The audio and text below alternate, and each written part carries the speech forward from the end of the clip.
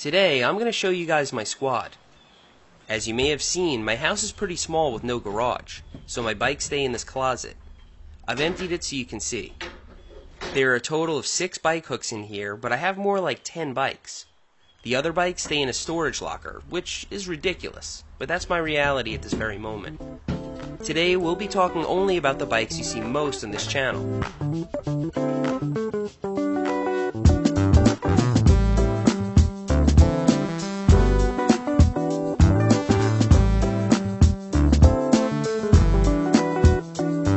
Here we have the Trek 4900. This one gets asked about a lot since it was in so many of my early videos.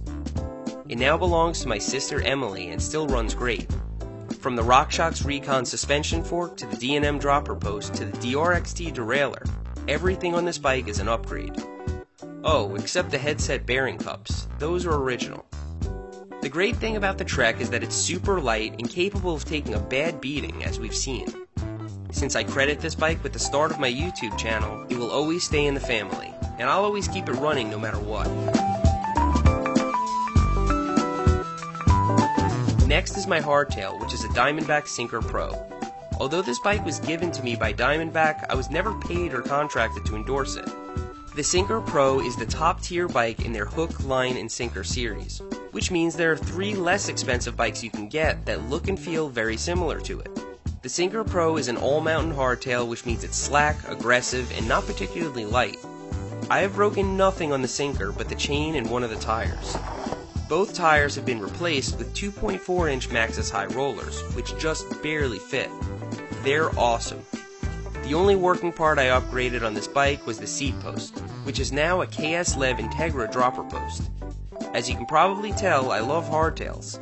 They're nearly indestructible, easy to throw around, and great for techie jumps, trials, and general shenanigans. I plan on collecting as many hardtails as I can. Next up is my SE Everyday. This only ran me about $300. I bought it to make a short series of videos on BMX and didn't expect it to survive. Surprisingly, it did, and will continue to be a long-term workhorse for me. So far, I've upgraded the front sprocket and chain. I originally left the brakes in this bike, but it just didn't feel right to me. I always rode brakeless as a teen and still long for the distraction-free experience.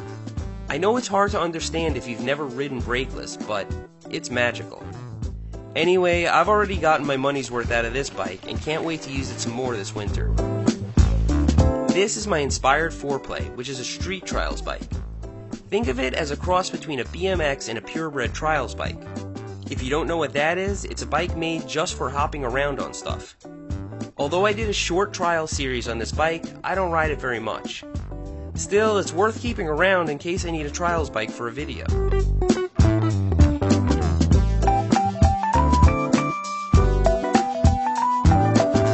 Remember the swing bike? This bike has changed hands among my friends for the last few years, and is a bit of a novelty. The hinge in the middle lets you sort of drift around turns and do all sorts of crazy stuff. It's super fun to ride, fast, and probably one of the coolest novelty bikes I've ever ridden. Quick story. My friend Kevin owned this swing bike a few years back. We left it everywhere and never thought someone would have the balls to steal it, until one day he left it outside his front door. Someone must have carried it down the stairs with great difficulty and rode off with it, with even greater difficulty. Kevin was super bummed out. We all were. One day he was in his car at a stoplight and saw a dude riding by on his swing bike. He pulled over, jumped out of the car, and stopped the thief. He threatened to call the police and had the bike back within seconds. We were all amazed to see the swing bike again.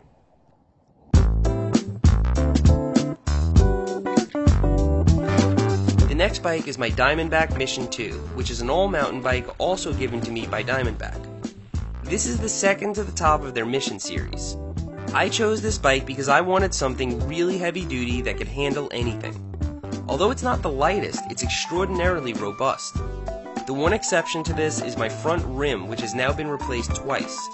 I guess there are better rims out there than the Easton Arc. The Mission 2 came standard with a KS-Lev Integra dropper post. I want to mention that on all my mountain bikes I have platform pedals, and actually I'm not very picky about them. any decent aluminum platform pedal will do.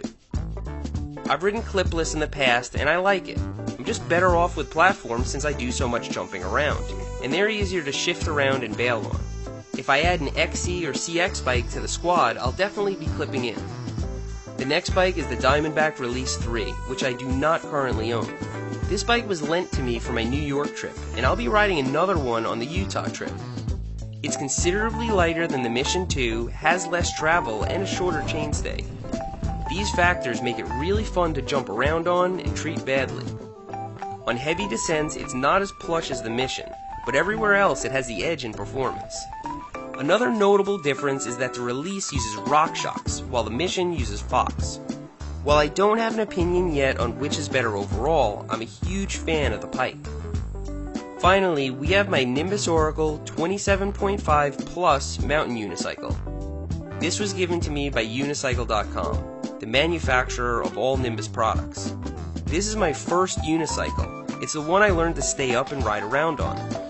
I made a whole series of videos on this and had a lot of fun in the process. A lot of people asked about this disc brake, which seems pointless.